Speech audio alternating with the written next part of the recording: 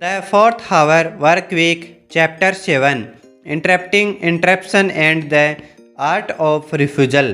हर वो जो चीज़ आपके इम्पोर्टेंट काम के बीच में रुकावट डालती है वो एक इंटरप्शन कहलाएगी।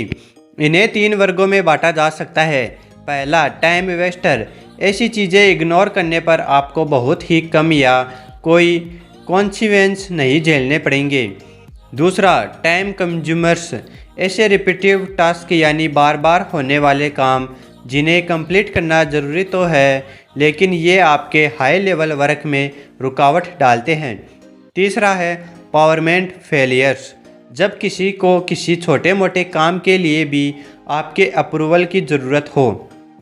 इंटरप्शन से बचने के लिए आप इन स्टेप्स को फॉलो कर सकते हैं।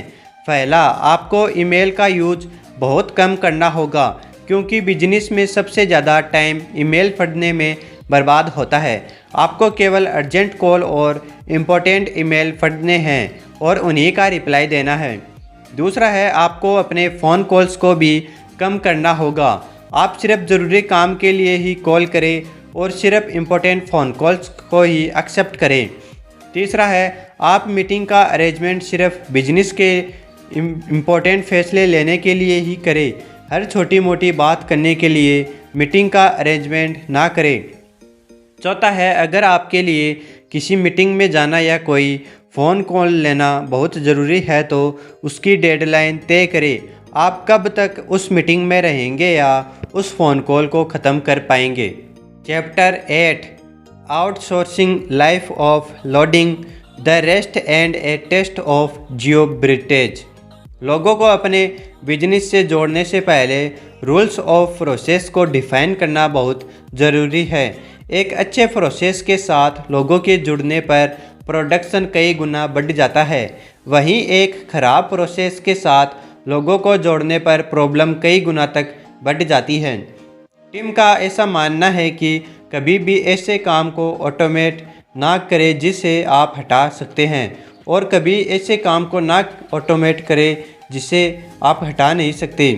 सिर्फ टाइम कंज्यूमिंग और अच्छी तरह डिफाइंड कामों को दूसरों को सौंपें। अपने टाइम को बचाने के लिए आपको एक पर्सनल असिस्टेंट भी रखना चाहिए।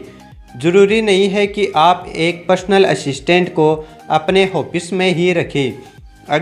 वो अपने घर पर बैठकर भी आपका काम कर सकता है। अगर आप अपने ऑफिस के छोटे मोटे काम करने के लिए एक पर्सनल असिस्टेंट रखते हैं तो उससे आपका बहुत सारा टाइम बचेगा और उस टाइम को आप अपने इम्पोर्टेंट कामों के लिए इस्तेमाल कर सकते हैं। अक्सर लोग सोचते हैं कि जब मैं खुद इतना अच्छा काम कर सकता हूं तो मुझे क्या ज़रूरत है कि ऑफिस असिस्टेंट रखने की और उसे सैलरी देने की। इस सवाल के लिए टिम कहते हैं कि ऐसा करने की ज़रूरत इसलिए है ताकि आप अपनी कीमती टाइम छोटे मोटे कामों में ना लगाकर इम्पोर्टेंट कामों के लिए बचा सकें।